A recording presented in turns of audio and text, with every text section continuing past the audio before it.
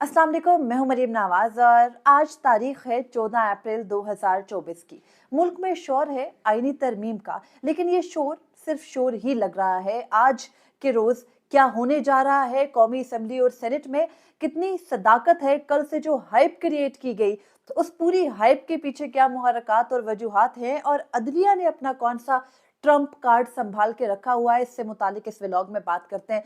तो अदलिया के इससे मुतालिक खास तौर पर अदालती जो इस्लाहात हैं वो करने के बारे में यह हुकूमत बार बार बात कर रही है।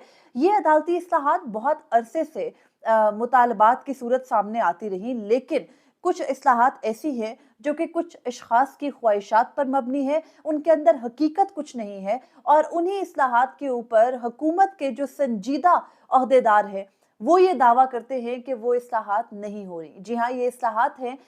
एक्सटेंशन से मुतालिक जो बात है, सबसे पहले कि जो चीफ जस्टिस ऑफ पाकिस्तान है उन समेत जो इस वक्त तमाम ओहदेदार हैं आला आईनी इदारों के, उनकी मुद्दत मुलाजमत को फिक्स करने की बात है। यहाँ हुकूमती ओहदेदार मुख्तलिफ आरा रखते हैं, लेकिन वफाकी वजीर कानून आजम नज़ीर तारड़, जिन्होंने कि एक्चुअल ये तरमीम लेकर आनी है हुकूमत की जानिब से, जो कि मेन हुकूमती कानूनी टीम के सरबराह हैं, वो लाइल्म हैं इस तमाम तर मामले से। फिर नायब वजीर आजम भी लाइल्म हैं इस तमाम तर मामले से, लेकिन दूसरी जानिब ख्वाजा आसिफ और बैरिस्टर अकील जैसे लोग ये कह रहे हैं कि नहीं नहीं, हमारे नंबर पूरे हो चुके हैं।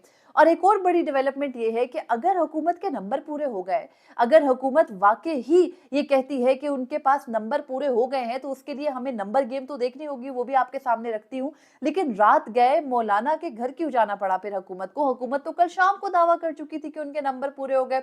और जिस लम्हे ख्वाजा आसिफ ने दावा किया कि उनके नंबर पूरे हो गए हैं, उसी मूवमेंट में, उसी से चंद सानिए पहले चल रहा था सुप्रीम कोर्ट में एक अहम इजलास, जहां पर अटॉर्नी जनरल ने खुद कहा कि नंबर पूरे नहीं है।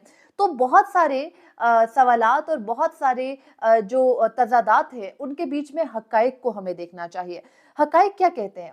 कौमी असम्बली और सेनेट के अंदर आपको चाहिए आर्टिकल 239 के तहत का जो आईनी तरमीम है वो लाने के लिए 2/3 अक्सरियत।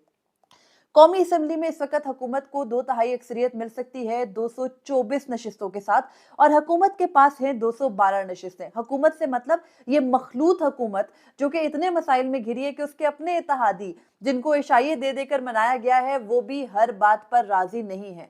दूसरी जानिब हुकूमत बार बार चक्कर मौलाना के घर के क्यों लगा रही है? क्योंकि मौलाना के पास इस वक्त हैं जो नशिस्तें मौलाना के कौमी असम्बली में है वो हैं 8। अगर हुकूमत को वो 8 नशिस्तें मिल जाती हैं तो 212 कौमी असम्बली में हुकूमती इत्तेहादी जमातों की हैं और 8 नशिस्तें जेयूआई की हैं, मिला के बनी 220।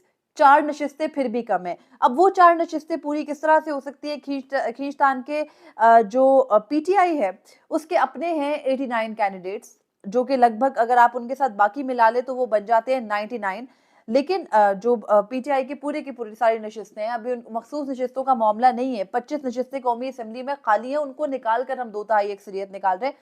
तो उनको निकाल करके पाकिस्तान तहरीक इंसाफ के कैंडिडेट्स को तो साइड पे रखते हैं। जितनी मर्जी बातें हो रही हैं कि उनके कितने कैंडिडेट्स जो है वो मुखालफत करेंगे, क्या नहीं करेंगे, उसके लिए अदलिया का ट्रम्प कार्ड शायद काम आए।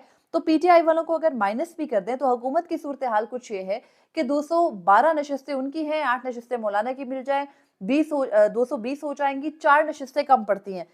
बलूचिस्तान नेशनल पार्टी मुखालफत करी है, पीके मैप आपको पता है नहीं है हुकूमत के साथ, एमडब्ल्यूएम नहीं है हुकूमत के साथ, पाकिस्तान तहरीक इंसाफ की इत्तेहादी है। ऐसी सूरत हाल में हुकूमत ये दावा कैसे कर सकती है कि उनकी नशिस्तें पूरी हो गई? उसके लिए वो इस्तेमाल कर रहे हैं माइंड गेम्स का। गुज़िश्ता शाम जिस वक्त हुकूमत ने दावा किया, उस वक्त कुछ पाकिस्तान तहरीक इंसाफ के लोग ही अपने एमएनएस के पीछे पड़ गए। आपके अगर अपनी पार्टी के अंदर से चंद आवाजें उठ ही रही हैं तो इसका मतलब ये नहीं है कि आप उनको बिका हुआ और मजबूर कर दो 2 दिन के अंदर, और अपने मुखालिफिन के जो जाल बिछाया हुआ है, ये जो वो आपके जहन के साथ खेल रहे हैं, आप उसका शिकार हो जाओ और बाकायदा ये कैंपेन करने लगो कि नहीं नहीं, हमारे लोग तो जा रहे हैं और हमारे जो फलां फलां एमएनएस है उनको पॉइंट आउट करो। इस तरह से नहीं किया जाता। आखिरी टाइम तक जो ये मंची हुई सियासी जमातें हैं, इनके तो अपने अरकान निकल के बाहर जाके दूसरी जमातें बना लेते हैं, तब भी उनकी मुखालफत नहीं करते। तो ये जो मुखालफत बराए मुखालफत की पूरी रविश है, ये गलत है। और पाकिस्तान तहरीक इंसाफ के साथ इस वक्त मौजूदा हुकूमत उनके जज्बात से भी खेल रही है, उनके दिमागों से भी खेल रही है, क्योंकि वजह यह है कि जाहिर है आपने एक जमात को चारों साइडों से जो है दबा के रखा हुआ है, लेकिन उनकी आवाज़ें बंद नहीं हो रही। तो एक जो पीटीआई की पोजीशन है वो इम्पोर्टेंट इसलिए है कि एक तरफ पाकिस्तान तहरीक इंसाफ के 41 मेंबरान जो हैं उनको अभी पीटीआई का डिक्लेयर नहीं किया गया। ऐसी सूरत में ये इम्कान जाहिर किया जा रहा है कि शायद उनमें से 4-5 टूट कर हुकूमत के साथ मिल जाएंगे, लेकिन ये बहुत ही ये इम्कान जो है ये बहुत कम है। इसके बारे में कुछ मुकम्मल तौर पर हतमी नहीं कहा जा सकता। ये हो गई कौमी असम्बली की सिचुएशन। अब आते हैं सेनेट की सिचुएशन पर। सेनेट नामुकम्मल है। सबसे पहले तो ये है कि कोई हाउस अगर मुकम्मल नहीं है तो उसमें कानून साजी हो सकती है या नहीं हो सकती? जवाब है हो सकती है, क्योंकि 2022 के बाद जब 2023 में आके पाकिस्तान तहरीक इंसाफ ने कौमी असम्बली से, जो कि इसी यही हुकूमत थी, इस्तीफे दे दिए, तो तब भी हाउस नामुकम्मल था, लेकिन हाउस फंक्शन रहा। हाउस नामुकम्मल होने से किसी भी वक्त ये नहीं होता कि नशिस्तें पूरी हों। जैसे अभी पीछे एक कैंडिडेट का इंतकाल हो गया पाकिस्तान तहरीक इंसाफ के, तो उस तरह भी नशिस्तें खाली हो जाती हैं। फिर कोई जो है वो छोड़ गया नशिस्त, जैसे अख्तर मैंगल छोड़ गए तो खाली हो जाती है। तो इस तरह की सूरत हाल रहती है। हाउस मुकम्मल नामुकम्मल होने का सवाल नहीं है, सवाल है बकिया नशिस्तों में से 2/3 मेजॉरिटी निकालने की। अब सेनेट के अंदर चाहिए मौजूदा हुकूमत को 64 का फिगर, और मौजूदा हुकूमत के खींचतान के बनते हैं सेनेट के अंदर कोई 60, अगर उनके अलायंस के हम देख लें। पाकिस्तान तहरीक इंसाफ की सेनेट में 19 नशिस्तें हैं, यानी 19 ऐसे के पीटीआई की फिलहाल 17 हैं, एमडब्ल्यूएम की एक है, एसआईसी की भी एक है, एसआईसी से हामिद खान है, और बाकी जो पीटीआई की मिल मिला के बनती है इस तरह 19 है। अभी पीटीआई की वो 11 नशिस्तें जो कि केपी से हैं वो फिल्ड नहीं है सेनेट के अंदर। दूसरी जमातें जो सेनेट में है वो हैं जेयूआई की 5 नशिस्तें हैं। जेयूआई सेनेट में इसलिए भी अहमियत रखता है। एएनपी की 3 है, बीएनपी मैंगल की 1 है, पीएमएल काफ की जो है वो 1 नशिस्त है। इस तरह हुकूमत के साथ जाकर के मिल जाएं ये सारे लोग, तो ये बनती हैं अगर पहले हम ये इमेजिन कर रहे थे कि ये जो 10 नशिस्तें हैं ये अगर मिल जाएं पीटीआई को तो 29 बनती है, लेकिन पीटीआई की 29 नशिस्तें नहीं हो पाएंगी। खैर दूसरी जानिब गवर्नमेंट जो है उसको उसके पास 60 नशिस्तें कुल मिला के बनती हैं, और अगर मौलाना के लोग उनके साथ मिल जाते हैं तो सेनेट के अंदर उनके लिए मैनेज करना मुश्किल नहीं होगा इस इंतखाब को या आईनी तरमीम को। अब आते हैं उन फैक्ट्स की तरफ जिनको बताया नहीं जा रहा। तरमीम क्या क्या है? तरमीम जो मेन है, जो मेन जुडिशल पैकेज से मुतालिक है, उसमें हदफ ये नहीं है कि मौजूदा चीफ जस्टिस को बरकरार रखा जाए। ये ख्वाहिश इस हुकूमत की, जो मुस्लिम लीग नून है, बेसिकली पूरी हुकूमत नहीं, उसकी अकेले की है। और वो इस वजह से है कि उनके निज़ाम के guarantor chief justice of Pakistan justice Qazi फरीद ईसा हैं।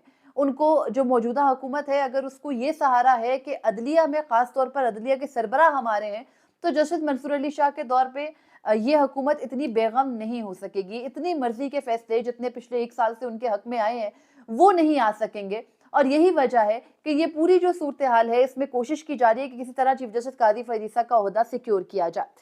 दूसरी जानिब जो इसी हुकूमत के एलाइज हैं, इसी हुकूमत के साथी हैं, उनकी मुख्तलिफ आवाज़ें हैं। यानी जो अभी कल से आज तक की सूरत हाल है उसके अंदर एक्सटेंशन पर बेशतर लोग राजी नहीं हैं। रजामंद हैं तो मौजूदा अदालती इस्लाहात के लिए हैं। उन अदालती इस्लाहात में क्या क्या है? मौलाना कहते हैं कि ज़रूरी नहीं है कि आप सीनियर तरीन जज को चीफ जस्टिस बना दें, यानी आर्टिकल 175A(3) के अंदर तरमीम हो सकती है, लेकिन हुकूमत ये कह रही है कि वो आईनी तरमीम कोई नहीं ला रही, आज नहीं ला रही, कल के लिए प्लान है। लेकिन कल के लिए भी जो प्लान है उसके अंदर भी अभी हुकूमती लीगल टीम इस आईनी तरमीम से लाइल है। या तो हो सकता है कि आईनी तरमीम कहीं और से उठ करके आ जाए। अब आईनी तरमीम के पीछे मुहरकात क्या है? हुकूमत जो ये पूरी, अब एक जो पहले आपको मैं आईनी तरमीम बता देती हूँ, एक तजवीज़ ये है कि टेन्योर बढ़ा दिया जाए, दूसरी तजवीज़ ये है कि जो सुप्रीम कोर्ट का चीफ जस्टिस बनना है उसके लिए एक जज नहीं बल्कि 3 या 5 जजेस का पैनल कर दिया जाए। तीसरी जो इसके अंदर चौथी आई थिंक मेन चीज़ है वो ये है कि हाई कोर्ट के जजेस की रोटेशन हो सकेगी। यानी इस्लामाबाद हाई कोर्ट के जज को आप क्वेटा लगा दो, जो क्वेटा से जज है उसको इस्लामाबाद ले आओ, इस किस्म की चीज़ों पर गौर हो रहा है। और उसके अलावा जो एक और हुकूमत जो वजह बताती है, अब हुकूमत के बहुत सारे मसाइल हैं। हुकूमत को सबसे बड़ा मसला इस वक्त मौशी मसला है। IMF एक बहुत बड़ा मसला है। पिछले रोज़ वज़ीर ख़ज़ाना जो है वो ये कह रहे थे मोहम्मद औरंगज़ेब के पेंशन हमारे निज़ाम के लिए जो है वो एक तरह से खराबी बनी हुई है। तो अगर पेंशन्स को ख़त्म करने का मामला है तो हुकूमत ये रैशनल पेश करती है, ये वजह पेश करती है कि अगर हम पेंशन्स 2 साल के लिए सबके टेन्योर बढ़ा के रोक दें, मतलब हमें मज़ीद पेंशन्स नहीं देनी पड़े, तो हम चीज़ें सिक्योर कर सकते हैं। यहाँ पर किसी को कानूनी, आईनी या मुआशी माहिर होने की ज़रूरत नहीं है। सिंपल सी फिगर है, आप 2 साल के लिए पेंशन्स कर्टेल करोगे, तो उन 2 साल के अंदर आप उन्हीं मुलाज़मीन को जो है वो पूरी की पूरी तनख्वाह दोगे। आपको 1 माह में 1 जज कमोबेश 65 से 70 लाख रुपए का पड़ता है। तो अगर एक जज का इतना खर्चा है 1 माह में, तो अगर आप उसको 2 साल मज़ीद दोगे और पेंशन नहीं दोगे, चलो जजेस के हिसाब कुछ और हैं, आप उनकी पेंशन्स को कम करें ना, आप उनसे बिजली के बिल लें, आप उनसे अखराजात ले लें, आपने हर चीज़ में उनको सिक्योर रखा हुआ है और दूसरी जानिब आप अपने अखराजात भी कम करने को तैयार नहीं है, लेकिन आप आम बंदे में से सब कुछ निचोड़ने को तैयार हैं। अब अगर आप पेंशन 2 साल के लिए कर्टेल कर देते हैं, तनख्वाह देकर आप कौन सी जो है वो समेट लेंगे, बचत कर लेंगे। तनख्वाह देने में आपको पूरी तनख्वाह देनी है, साथ मराआत देनी है। हर सरकारी मुलाज़मीन के मेडिकल होते हैं, उनके मुख्तलिफ अलाउंसेस होते हैं, उनको बोनसेस मिलते हैं। इन तमाम तर चीज़ों की मौजूदगी में आप पेंशन नहीं दोगे जो उसकी तनख्वाह का कुछ हिस्सा है। लेकिन आप ये सब मराआत के साथ उसको 2 साल मज़ीद तनख्वाह ज़रूर दोगे और 2 साल बाद आप कहाँ खड़े होंगे? इन्हीं अफराद को रिटायर करके पेंशन्स देंगे। अब अगर आप पुरानों को रिटायर नहीं करेंगे, मज़ीद नौकरियाँ नहीं बनेंगी, आपके मुल्क के अंदर 64% नौजवान हैं, हर साल यूनिवर्सिटी से लाखों करोड़ों तलबा निकल रहे हैं, वो कहाँ जाएँगे? तो इस पूरी सूरत-ए-हाल को हुकूमत ने देखना है, सिर्फ़ जजों की मुद्दत मुलाज़मत में तोसी करके वक़्ती तौर पर हुकूमत फ़ायदा ज़रूर हासिल कर सकती है क्योंकि उनका निज़ाम चलता रहेगा। उनके जो इलेक्शन में बेज़ाब्तियाँ हैं, वो रुकी रहेंगी, उन पर तहकीकात नहीं होगी, लेकिन कितना अरसा? अगर आज हुकूमत जस्टिस मंसूर अली शाह का रास्ता रोक रही है, तो 3 साल बाद भी तो जस्टिस मंसूर अली शाह बनेंगे या 2 साल बाद भी तो बनेंगे। उस वक़्त इस हुकूमत के साथ क्या करेंगे? उस वक़्त का फ्रस्ट्रेशन लेवल क्या होगा? और फिर जस्टिस मंसूर अली शाह यानी चीफ जस्टिस का कोई मसला ही नहीं था। जो हमने इससे पहले नहीं सुना कि सुप्रीम कोर्ट के चीफ जस्टिस के लिए कोई इतनी आगे तक गई हो हुकूमत। हाँ, उम्मीदें ज़रूर दिलाई जाती हैं, लेकिन इस हद तक जितना chaos कल से फैलाया गया, इस तरह से नहीं किया जाता। अब यहाँ पर यही है बात रही यही लग रही है कि हुकूमत की मर्ज़ी है, ख़ास तौर पर मुस्लिम लीग नून की, कि ये चीफ जस्टिस रहें, क्योंकि इतने फ़ेवरेबल चीफ जस्टिस उनको मुस्तकबिल में नहीं मिल सकते, ना इससे पहले कभी मुयस्सर आए। तो अब वो चाह रहे हैं कि ये रुके, लेकिन उनके रुकने के पीछे बहुत सारे मसाइल हैं। सिर्फ चीफ जस्टिस नहीं रोकेंगे आप पूरे इदारे के अंदर एक नया अमल शुरू करेंगे और फिर चीफ जस्टिस नहीं भी रोक रहे, अगर बाकी जजेस को के बीच में से पिक एंड चूज़ करना है, जैसे पहले 5 में से 1 को चूज़ करना है, तो आप उन जजेस को हुकूमत की खुशनुदी के लिए मजबूर कर रहे हैं, जो चीफ जस्टिस की दौर में नहीं है, जिनको मालूम था सुप्रीम कोर्ट में आने से पहले कि उन्होंने चीफ जस्टिस नहीं बनना। आप उनको लालच दे रहे हैं, बहका रहे हैं। इस पूरी सूरत-ए-हाल में पहली बात तो ये है कि हुकूमती जो अपने उनके हुकूमत के इत्तेहादी हैं, उनका ये मौक़िफ़ है कि आईनी तरमीम होनी चाहिए, लेकिन इतनी जल्दबाज़ी की ज़रूरत नहीं है। इस वक़्त मख़सूस नशिस्तों का मामला फँसा हुआ है और यही वो अदलिया का ट्रम्प कार्ड है, जो वो खेल सकते हैं। मैं शुरू में बात करी थी, अभी जस्टिस मंसूर अली शाह ने मख़सूस नशिस्तों का फ़ैसला नहीं जारी किया है और मख़सूस नशिस्तों के फ़ैसले को रख के बैठना इस वीकेंड या नेक्स्ट वीक का वैसे प्रेडिक्ट कर रहे थे। जज सारे जमा हो चुके हैं, ड्राफ्ट उसका बना हुआ है, उसको फाइनलाइज़ करना है, लेकिन इस पूरी सूरत-ए-हाल को अब सामने रखा जाएगा। गुज़िश्ता रोज़ जस्टिस मुनीब अख्तर ने हवा में वॉकआउट नहीं किया था और जस्टिस मंसूर अली शाह वैसे ही इजलास में बैठे नहीं रहे थे, बल्कि कुछ चीज़ों की कुछ सिंबॉलिक इम्पोर्टेंस भी होती है। जजेस खुद अपने साथी चीफ जस्टिस को ये बता रहे हैं कि आप जो कर रहे हैं या आपके साथ के लिए जो कुछ हुकूमत कर रही है, आपके लिए जो माहौल हुकूमत बना रही है, हम उससे बखूबी जो है वो वाकिफ़ है और ऐसा नहीं है कि हम कुछ नहीं रखते। तो मसला ये है कि अगर कुछ भी करें, आप पैनल ले आएँ, जूनियर जजेस को लगा दें या फिर आप कुछ भी कोशिश करके उन जजेस को उम्मीद दिलवाएँ, उन जजेस को हुकूमत की खुशनुदी पर मजबूर करें जो चीफ जस्टिस की दौड़ में ही नहीं है, जिनको मालूम था कि वो नहीं है। इस पूरी सूरत-ए-हाल से सिर्फ होगा ये कि ऊपर से लेकर नीचे तक अदलिया के अंदर एक फ्रस्ट्रेशन बढ़ेगी, एक चलता हुआ जो तरीके का निज़ाम था, ना कि आप ये अदालती इस्लाहात करें कि इन केसेस को कैसे निपटाया जाएगा, ना कि आप ये अदालती इस्लाहात करें कि आप कुछ टाइम पीरियड फिक्स कर दें, आप अदालती अहकामात पर जो पाबंदी है अमल की वो करें और मुल्क के अंदर रूल ऑफ लॉ को कायम होने दें, आइन और कानून की जो पासदारी है उसको यकीनी बनाएं। आप सिर्फ पर्सन स्पेसिफिक कानून साजियां करें और ऐसी कानून साजियां जिनका जुडिशल रिव्यू हो सकता है। चीफ जस्टिस काजी फरीसा ने खुद 21वीं आईनी तरमीम के फैसले के अंदर और 21वीं आईनी तरमीम का जो मेजॉरिटी फैसला था उसमें भी ये दर्ज किया गया था कि जब आईनी तरमीम भी की जाएगी तो अदलिया के पास हक है जुडिशल रिव्यू का और वो कर सकती है। तो फिर ऐसी सूरत में आप इस किस्म की तरमीम क्यों ला रहे हैं जहां पर आप खुद ही पूरी अदलिया को अपने अगेंस्ट खड़ा कर देंगे, फिर जब तरमीम बरकरार नहीं रहेगी तो आप मुल्क को खामखा बहरानों में घसीट रहे हैं, सारे का सारा निज़ाम खराब कर रहे हैं और हर गुजरते दिन के साथ चीज़ें मज़ीद कॉम्प्लिकेट होती जा रही हैं क्योंकि इस हुकूमत को हर सूरत सर्वाइव करना है।